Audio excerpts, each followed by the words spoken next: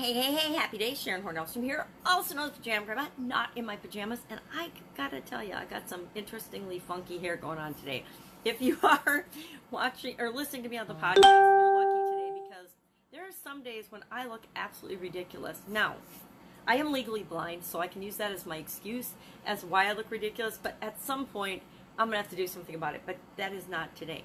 Today I'm thinking about aha moments because as I was finishing up my Supersize Your Business video on my Supersize Your Business segment, I talk about, and I've been doing it for a couple hundred days in a row now, talking about an idiom or an expression that is common in America at least, and what it means, where it came from, what it means, or what it could mean to me.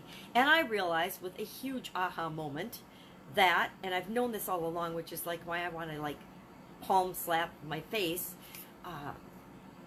every video I make, everything I do, I need to be telling a story about it, and I'm just shaking my head because like, why have I not been doing this? I've done thousands of videos, and I probably have done this on maybe 2% of my videos, and I've known all along, or at least for at least a year and a half, that this is something that would make my videos better and that I should be doing, and I have not been doing it, and that is telling a story about the thing that I'm sharing. So, for example, I was talking about straighten up and fly right.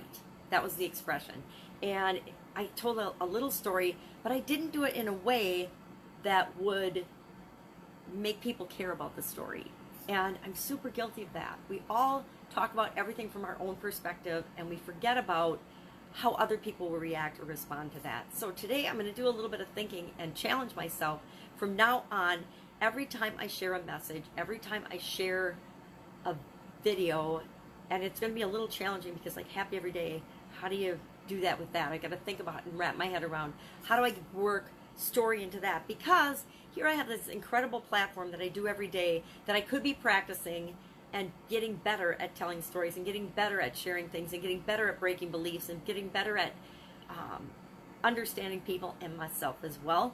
And I've been kind of just wasting it, and not 100% wasting it because it's helped me to grow as a person, but wasting it in terms of what I could be doing with it. It's a huge asset, and I've been kind of squandering it. You know, it's kind of like when you have a whole bunch of money in the bank and you just kind of blow a bunch of it because it doesn't matter. I feel like I've been doing that with my time and my video and some of the things I'm doing, and that was my aha moment. So that's, yeah, wow. We have those days where we're like, yeah, why have I been doing this? Why have I not been doing that? Why have I not done this? Why have I not done that? And it's just little reflective moments that we take a step back and say, oh, well, that's why this isn't working. That's how I could make this better. You know, I still don't have an intro and an outro on my podcast. No reason not to. I haven't done it. Why not? Well, I know why not. It's out of fear, and that's hard to admit, but it's out of fear of making a commitment to one thing is the reason that I have not made an intro and an outro. Fear of really standing up for what I alone uniquely believe in and think is right or wrong, and fear of being judged for that. Guess what? We get judged all the time, right? Right or wrong, fair or unfair. People are always judging us. We're always judging us. What's funny about judging is we always judge ourselves more harshly than anyone else on the planet. Even people that you think are egotistical, ridiculous, entitled jerks, guess what? They're judging themselves all the time as well. So I want to get better at telling stories. So I'm going to sit down, pull out my stories inventory, and start thinking about, why am I not telling stories? What has been holding me back from telling stories? Do they make you vulnerable? Yes. But you don't have to tell all your stories. You get to pick and choose what stories you want to tell.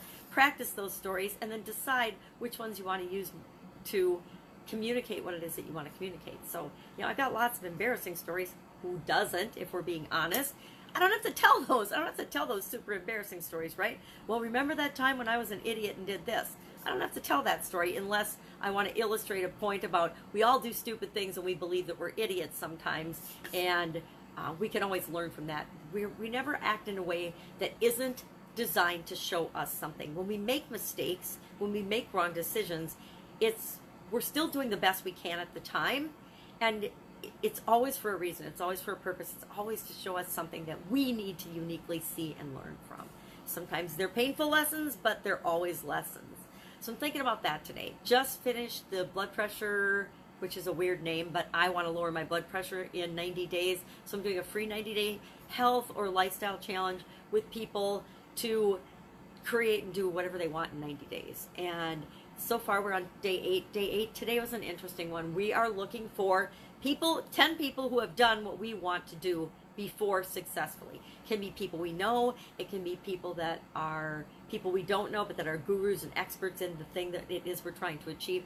But we're looking for people that aren't just self-proclaimed experts, people that have actually done what it is that we want to do. So for me, I'll just go on Google. I know 3 people, so I've already got 3 people on my list that have successfully lowered their blood pressure. So I will obviously tap into them as a resource later on, which is why we're doing the list of 10. And I'll just Google and I'll find the people that I want to follow or pay attention to with respect to lowering their blood pressure. And one of my personal criteria is they have to have already done it too. It can't just be something that they're selling because they read a report on or they read some books on and they're teaching people how to do it now. There's a lot of that out there. Hate to say it, but there really is. So did that. Getting ready, getting prepped for my traveling, which is coming up way too quickly. All of a sudden, it's like right upon me, and I'm getting a little bit stressed, which I'm trying to lower my blood pressure, so I'm trying to not be stressed and break it down in little bits at a time, little pieces at a time to get it done. And I need to start doing that probably this weekend. I might do some batch recordings. I normally never do that, but I might, instead of feeling pressured to get it done during the week, I might just knock them all out this Saturday for one, and Sunday I might just knock out the other one, and I have to do 3 for sure. Let me think about that. 1, 2, 3. I just won't be live for a week or so when I don't have internet, which will probably drive me crazy, but I'll be disappearing. I'll be like smoke. I'll be gone for a month, or not a month. I'll be gone for it's 7 or 8 days of that. I will not have any internet access, so I will unplug. I will unplug and unwind. Is that possible? Can she do it? Yes, she can. So that's it. I wanted to talk about making decisions today, but since I'm really steeped in the storytelling aha and the story aha and aha, holy crap, I've known this for a long time. Why haven't I been doing it? Thing for myself, because we have those. We have these epiphanies every once in a while, and they're things we've known all along, and then we're like, okay, I've known this for like probably my whole life, but I haven't been doing it. So why am I not doing it? And especially when I've had somebody or a lot of somebody's telling me repeatedly that you need to do this, and I'm still not doing it. Why am I not doing it? It's always out of fear, right? So then I have to ask myself, what is it that I'm believing that's causing me to be afraid? And then I have to admit that I'm actually afraid of things. Guess what? We're all afraid of things. It's part of being human. So once I determine what it is I'm afraid of, I have to find out, well, what's the probability of that really happening? And what is the worst that can happen if that actually happens? Well, I've already died, so that's the worst that can happen. So nothing that I'm afraid of can be that bad. So then I just do a little brain work and think about it a little bit differently, and voila, boom, it's gone. And I will actually start doing what it is that I should have been doing all along, or that I could have been doing all along, or that I wanted to be doing all along. Talking in circles today. Sorry about that.